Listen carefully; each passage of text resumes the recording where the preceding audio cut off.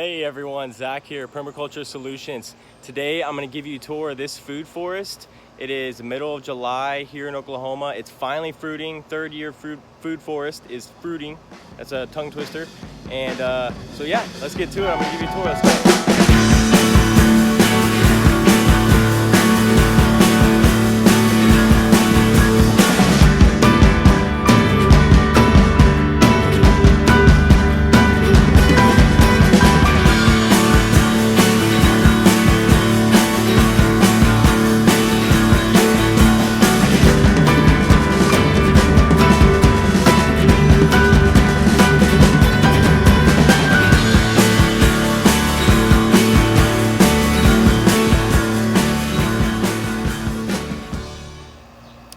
Alright, so I figured I'd start here. Now, this is our back door right here, and so this is kind of like the main walkway right here. We use basically all the time, and especially because I go in the garage here to work all the time. So, you know, this is our main walkway, but this is, you know, for permaculture, you consider zone 1. And this, you know, so because of that, we have our main kitchen garden area here. You know, we have about 6 raised beds on this side, no, 7 raised beds on this side, and then there's 4 larger ones on this side. And so we have different herbs in here. Well, this is just, some of them are just flowers. So this is foxglove. I believe it does have some uses though. This is bee balm, lavender, and that, oh man, what is that one? We'll have to come back. I can't remember that one. Echinacea, milkweed, yarrow, two different types of yarrow there. And these actually, all of this was built this year. So all of these beds were built this year. A couple of those were built last year. But yeah, we really planted all of these out this year. And then this bed is tomatoes, which it's just going crazy. And we have a lot of tomatoes. Let me find some here. There's some. Got a couple bundles in there. Another little bundle. We have a lot over here. There's actually a watermelon growing over here, and I used on these raised beds. So if you look over here, we've got the sides, and on the sides I put this old screen to keep all the animals out, but I should have built it more sturdy or made actual panels to hold it up better, because the plants are really pushing it down. But there's some more tomatoes in here. Let me see. Couple big ones.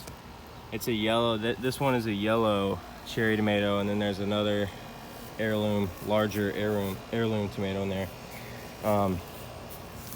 Here we have some eggplants. Got a couple eggplants there. There's some pepper. You know, tomatoes also growing in there. More eggplants. There's one down there. So we got a lot of eggplants. Now, this is, here's another watermelon. This back here, this soil is actually really good. I was surprised. I think, again, we have, the backyard is very rich in nitrogen and stuff, and from all the animals that have been here, dogs especially, and so it's really made the soil rich in nitrogen and very fertile, almost too fertile in many instances. It's caused some problems. But it helps with these vegetables, and we just filled the raised beds with compost, and we use our chicken compost, and we also bought some bulk compost just to help mix it in. But we have our squash here. Hasn't died off from the vine borer yet, but we really haven't got too many squashes. Everything else is done really well here besides the squash. The cucumber, we also have a cucumber growing around here, and we've been harvesting a lot off that guy. And I know there's one, yeah, there's one over there. It's probably about ready. This here, pineapple sage, really great, amazing plant. Again, this, need to fix this screen, but we have, you know, basil, there's fennel right there, and there was dill, which I think that flowered. And I just replanted this one. I had lettuce or leafy greens like arugula and mustard greens and stuff in here for the spring, and we harvested all that. So now we've got some beans for more you know, nitrogen. And also I think I put some sunflowers and stuff because we love sunflowers. And the cannas are doing really well. This is a favorite of the hummingbird. It always comes to this plant. It loves the nectar from it or something. Another raised bed, we have beans and I believe, yeah, we have beans and sunflowers in that one. Just to really, this one's, it was so compacted from a former walkway that I haven't planted sunflowers in this bed yet, and sunflowers are super great for decompaction. And we've been having a little bit of trouble growing good stuff in this bed, so I really want to do that for decompaction. And let's see here, blackberry, we've been harvesting a lot from that this year. We've got some more developing.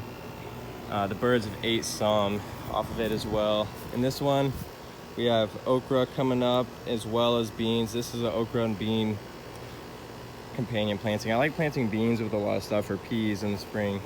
Then right here, this is a raspberry, golden raspberry, another golden raspberry. This is a lead plant, a native nitrogen fixer. It has flowers on it.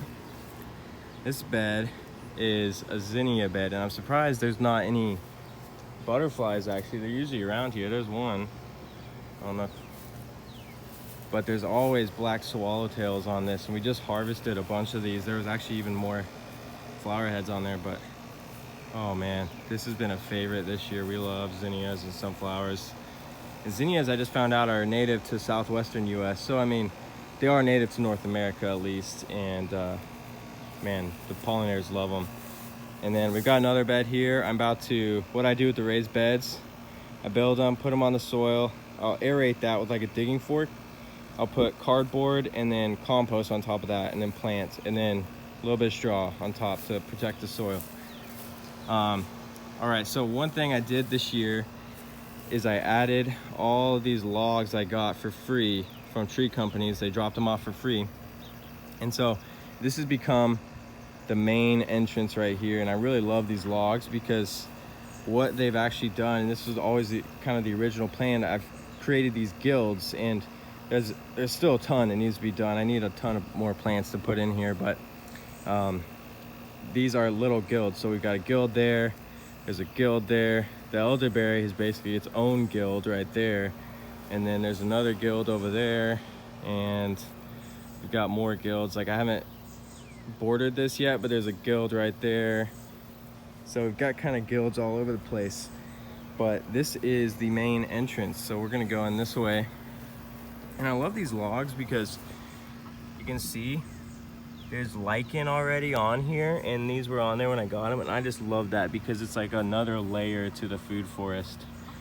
And there's the chickens. We've actually lost 2 chickens, unfortunately. One of them was disappeared and never seen again, and then the other one we found passed away in the morning. So we're down to 2. We're gonna get some more soon. We actually need to build a new coop. I'm gonna make a video on that. Got some upgrades for that, but let's go on this guild first. Here's my jujube. This guy is fruiting. And you know, it's his first real year. He's been here for about a year, I'd say, maybe a little more, and he's already fruiting quite a bit. I mean, look at that. So I'm gonna need to thin a lot of these out probably, and a lot of them will honestly fall off themselves, but I will have to thin a lot of these out. But I want to see if some of them will ripen up. And then we have the red bud. This guy's doing really well, and he's getting really tall, especially for his size and for a red bud, because they're not known to get super tall, but he's really thriving. And right there we have another raspberry.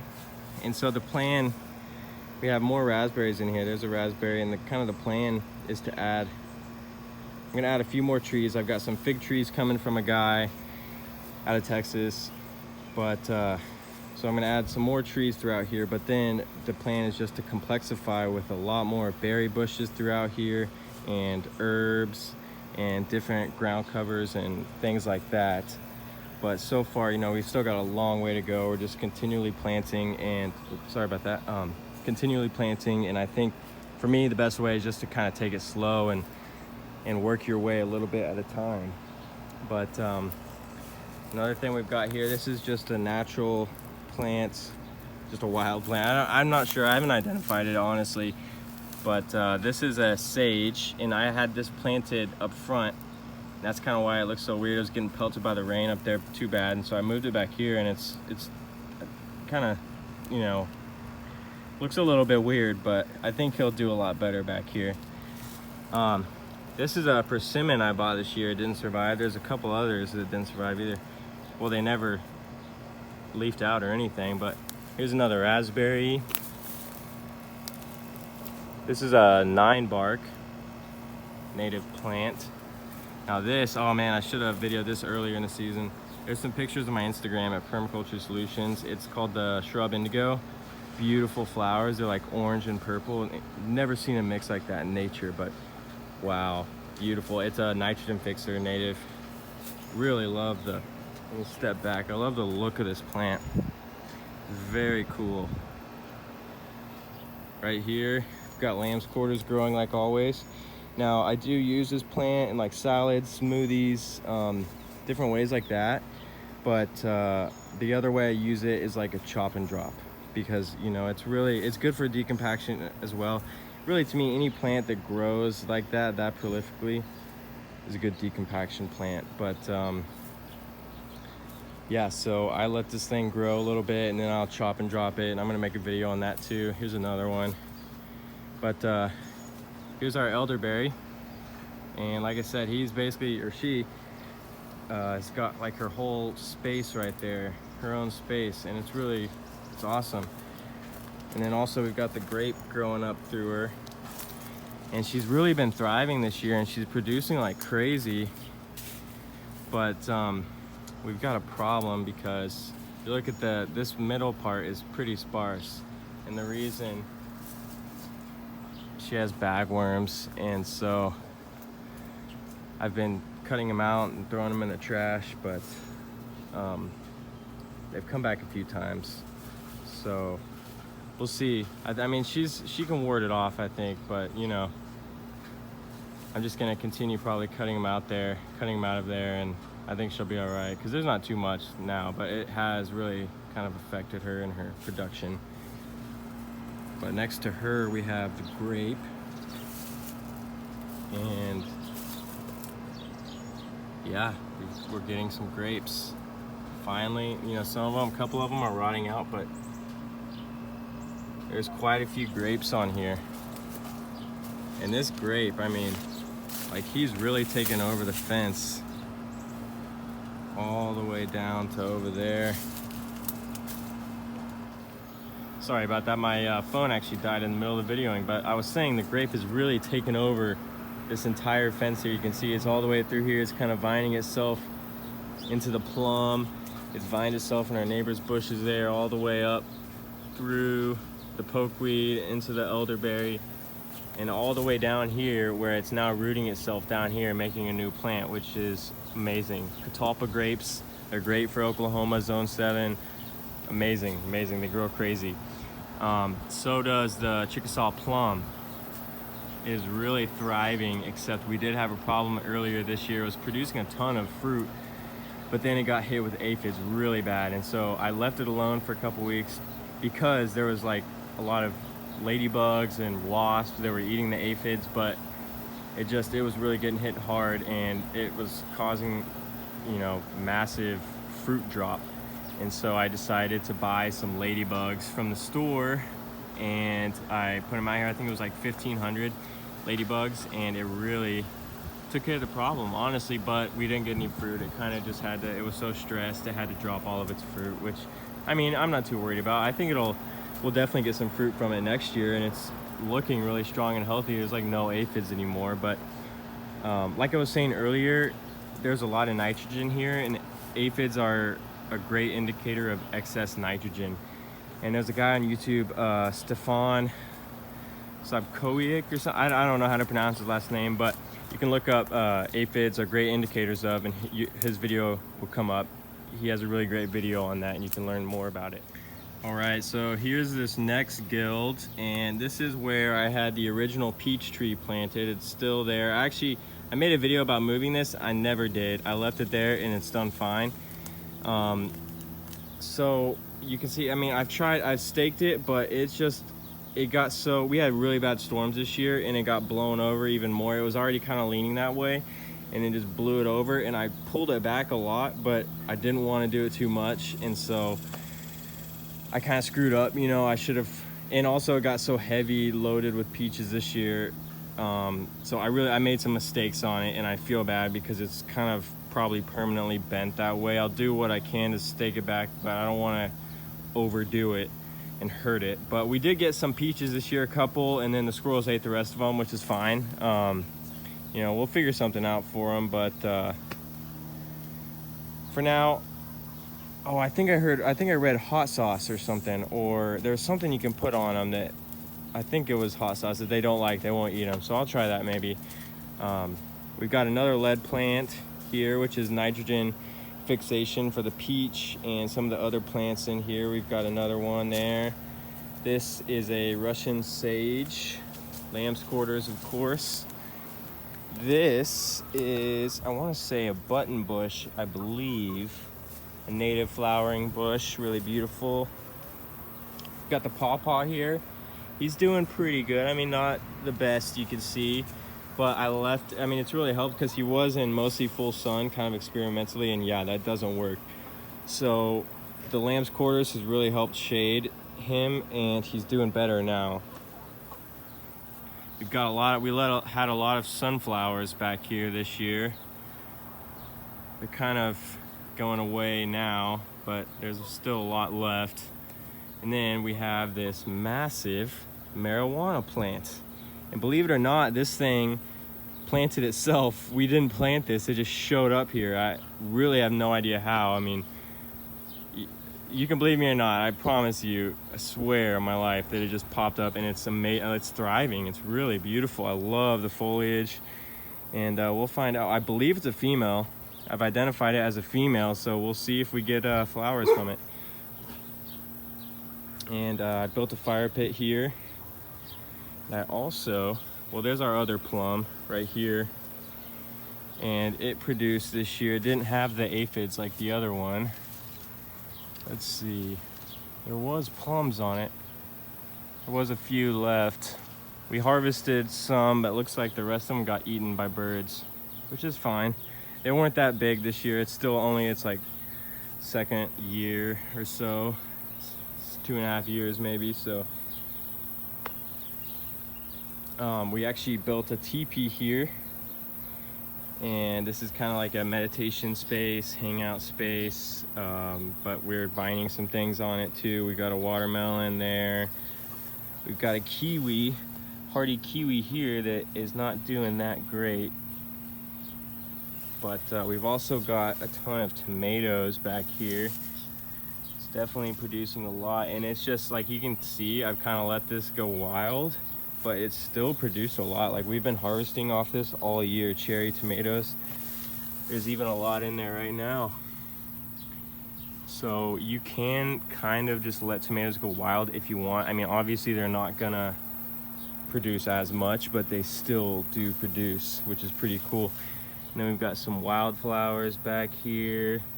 We planted some poppies, some more wildflowers, lamb's quarters. We had zinnias back here, but like I said, I let it go wild. There's the sunflowers. We had more sunflowers back here.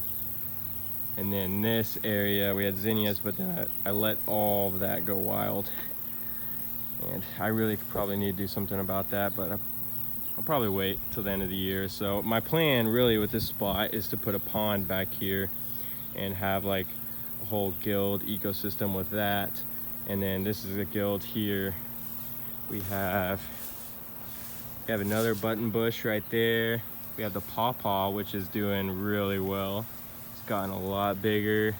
Just a beautiful plant. I mean, look at those leaves. I love it. And so yeah, shade, definitely the way to go for a pawpaw. Loves the shade. And yeah, I think that's about all we have right now in this guild. Oh, well, just another one of these shrub indigos. Huh. Those are interesting. Are those the seeds? Yeah, I guess that's the seeds from its flower. I haven't seen those before. So yeah, that's the backyard. That's the food forest. We can go. Oh, got one more thing. Got a mulberry here. And this produced a little bit this year. A few berries. It's getting huge. Black mulberries grow like crazy. There's a TP from a little bit of a different angle. It's actually kind of wild in there right now. I need to clean it up a little bit so we can use it more. We had some sunflowers planted here, and the plan actually with this spot is I'm gonna build a greenhouse which goes up and connects onto this roof here. So that's gonna be happening very soon, hopefully. All right, so let's go to the front and I'll show you the front. All right, so coming up on the front yard, we have this wild elderberry that fruited this year. Next to that, we have Canna edulis, a perennial vegetable like a potato. Then we have a container garden with vegetables on our patio, a grape vining up the post right there. And then instead of a front lawn on this side, we have a sunflower forest, and it's so incredible. This wasn't full flower right here, obviously, but amazing. So here we have California poppy, great medicinal plant. Then right next to that, in the middle of the sunflower forest, is red burgundy okra, which is still producing like crazy. Great plant for Oklahoma Zone 7 hot climates. More California poppy, some other flowers that aren't in flower yet. Then right here is the easement next to the street. We have a couple more tall sunflowers and then some other smaller ones, some zinnias. And then we have perennials like prickly pear cactus and coreopsis, a native flower, a couple native flowering plants up there. But and then there's some more. I'm just kind of showing you the sunflower forest here, which, like I said, isn't in full bloom, but it did bloom like crazy this year. And this also represents freedom because the government last year, the city government, tried to make us take them all out. So it's kind of like a stand against the government. So yeah, this is really great though. There's been so many butterflies and pollinators and bees out there this year. I feel really good about feeding them. But next to the house there on this side, we have more sunflowers and zinnias. And then over against the fence, we have a couple other plants that there's herbs, there's different, we have like lilac and buttonbush and grapes and all kinds of things over here in the front.